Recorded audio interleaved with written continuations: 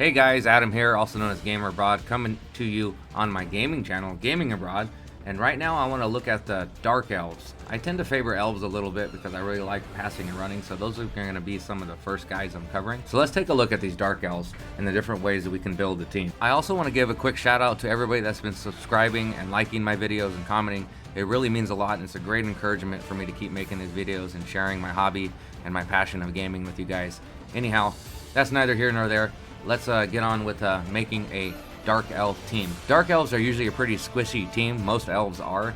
If you want to have a Dark Elf team that's less likely to get hurt, and you want a higher armor value team, you might want to make something a little like this. Maybe 6 linemen, a runner, 4 blitzers. Blitzers are awesome players, and I recommend running a lot of those if you can. We're gonna skip the witch elf and the assassin for this, and we're gonna instead put the rest of the money into re-rolls, and this will allow us to pump 5 into dedicated fans, which will allow good income generation. Even if you don't manage to score, which I still think you will, having a runner and 4 blitzers, you will almost guaranteed to get money from your dedicated fans at 5 at a start. Another way to make the team would be to lower the blitzer amount down to 2, throw in 8 linemen, remove the runner, and maybe throw in a witch elf, and that will allow you to keep the rerolls and the dedicated fan. Or you can remove the witch elf and keep the runner and add another reroll to it. I think that's pretty viable too. And you still have 5 dedicated fans, which will allow you good income generation.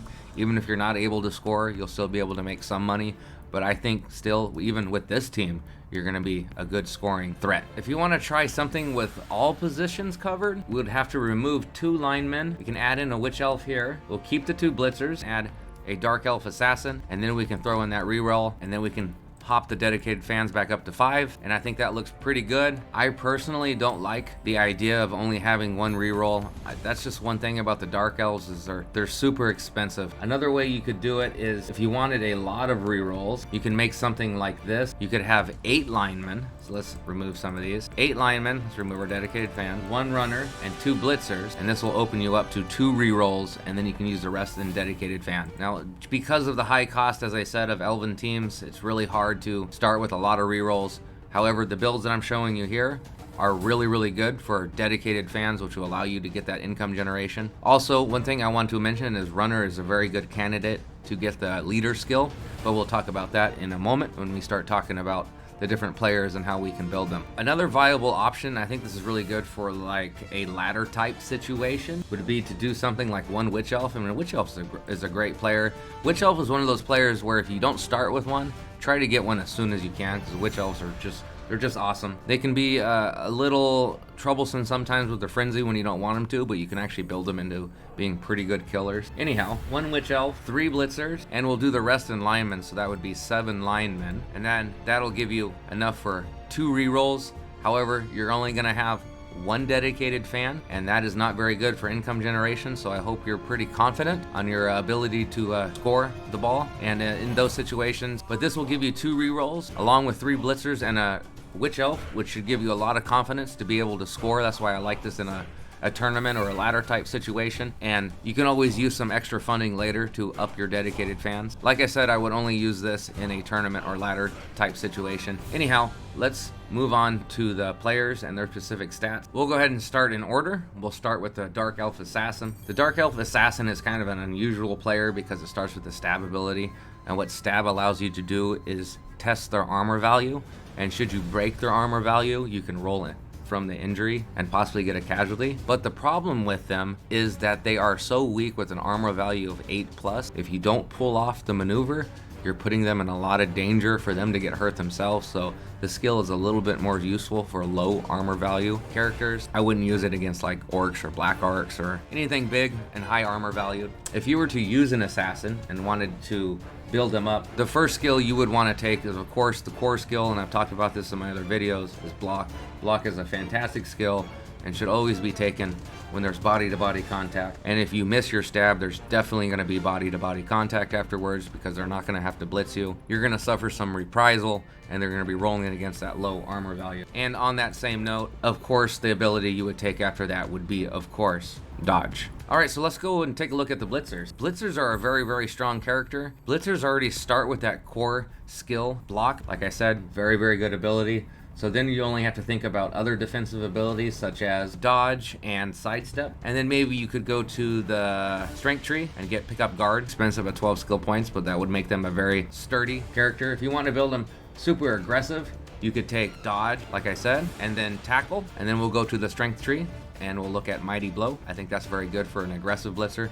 Might not be a bad idea to have one of those on the team. All right, so let's go back and look at the linemen. The Dark Elf linemen, kind of like any lineman on most teams, are going to be used as a body shield. So they're going to be up there on the line of scrimmage. So of course, the first thing you're going to want to take with them, which is a staple, block, and then dodge. And that will make them a little bit more survivable.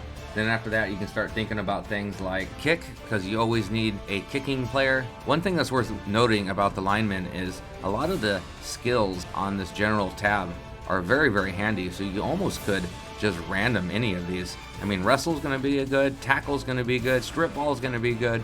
Pro's always useful. Not so much shadowing, but it wouldn't hurt you so badly. Sure hands would be great. You could possibly get your kicker. I wouldn't really want frenzy. A dirty player would be awesome because then you can combine that with sneaky get and make that your fouling player to get people off the field. Finn is not bad. Dauntless is not bad. And of course you could random into block if you didn't take block as the first skill. Now let's go back and take a look at the runners. Runners come with the skill dump off, so you could always work around that and give somebody an ability such as catch, which will allow them to receive the ball very easily. However, runners are very, very weak on armor value, so they would get kind of beat up in that regard. I wouldn't really do it myself, but it is viable coming with that starting skill. But with runners, the staple is always block and dodge. Those stats are needed immediately. If you wanted to roll some characteristic, movement allowance would be very, very good with runners, and you can even combine that with sprint and sure step later on, so you can have somebody that can move quickly across the field. All right, so let's back off here and take a look at the last character on the team, which is arguably one of the better players in Blood Bowl, and that is the Witch Elf. The Witch Elf is a very, very expensive player at 110,000, and they're also pretty easy to hurt with the armor value of 8+. They come with the skills dodge, frenzy, and jump up, and as you start leveling them, you might want to look into things like block and tackle, and let's go to the strength tree for mighty blow, so you can have an aggressive witch elf. If you wanted to have a witch elf that was more of a ball stealing type player, I would pick things like tackle, wrestle, since it has a really good agility roll, and of course, you guessed it, strip ball. One thing I did forget to cover a little bit when it comes to their characteristic, the Dark Elf has the ability shadowing, which allows you to follow the other players, and one characteristic that would really synergize well with that skill would be your movement allowance. So if you're going to do any characteristics on the Dark Elf, I would go with movement allowance. And also the Blitzer, movement allowance, strength, or agility, all these would be great things to roll into. I wouldn't do passing whatsoever, and their armor value is actually pretty decent already at 9+. My thoughts of the Dark Elves in general are I wouldn't recommend them for beginning players. They kind of require a little bit more advanced strategy to use, and while Witch Elf is also one of the best players in the game, it doesn't start with block, so it can make him very fragile. And the lack of a dedicated catcher makes it a little bit harder to build a team. They get greater later on.